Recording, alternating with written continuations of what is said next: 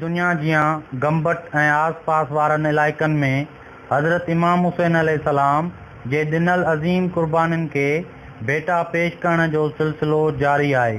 उन हवाले सां ड्रिब मेहर शाह में इमाम बारगाह अल मुंतज़िर मेहदीअ तां मरकज़ी मातमी जुलूस बरामद कयो वियो, जंहिं में 30 खां वधीक अंजुमन में सवें मोमिननि शिरकत करे सीनाज़नी कई ऐं तलवारनि ऐं ज़ंजीरुनि सां मातम करे या हुसैन जूं सदाऊं बुलंद कयूं।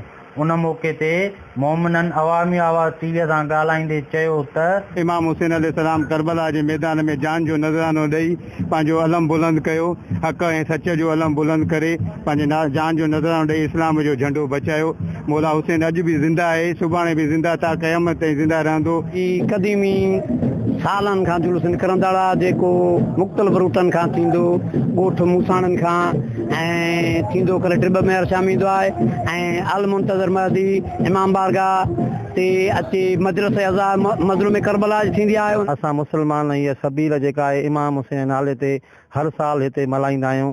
इंशाअल्लाह जेसीं ज़िंदगी रही हीअ सबील हलाईंदा रहंदासीं। हर अज़ादार जेको जेतिरी ज़िंदगी आहे उहो मौला हुसैन खे चए थो लब्बैक या हुसैन, लब्बैक या हुसैन। तव्हां ॿुधो अज़ादार ऐं मोमिननि जूं ॻाल्हियूं। हुननि जो चवणो त हज़रत इमाम हुसैन अलैहिस्सलाम करबला जे मैदान में साथियुनि समेत पंहिंजे जान जो नज़रानो ॾेई पंहिंजे नाने जे दीन खे बचायो ऐं हुसैन ता क़यामत ताईं ज़िंदाबाद हूंदो।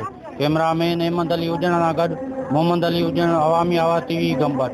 विज़िट कयो अवामी आवाज़ मीडिया ग्रुप जी वेबसाइट awamiawaz.pk।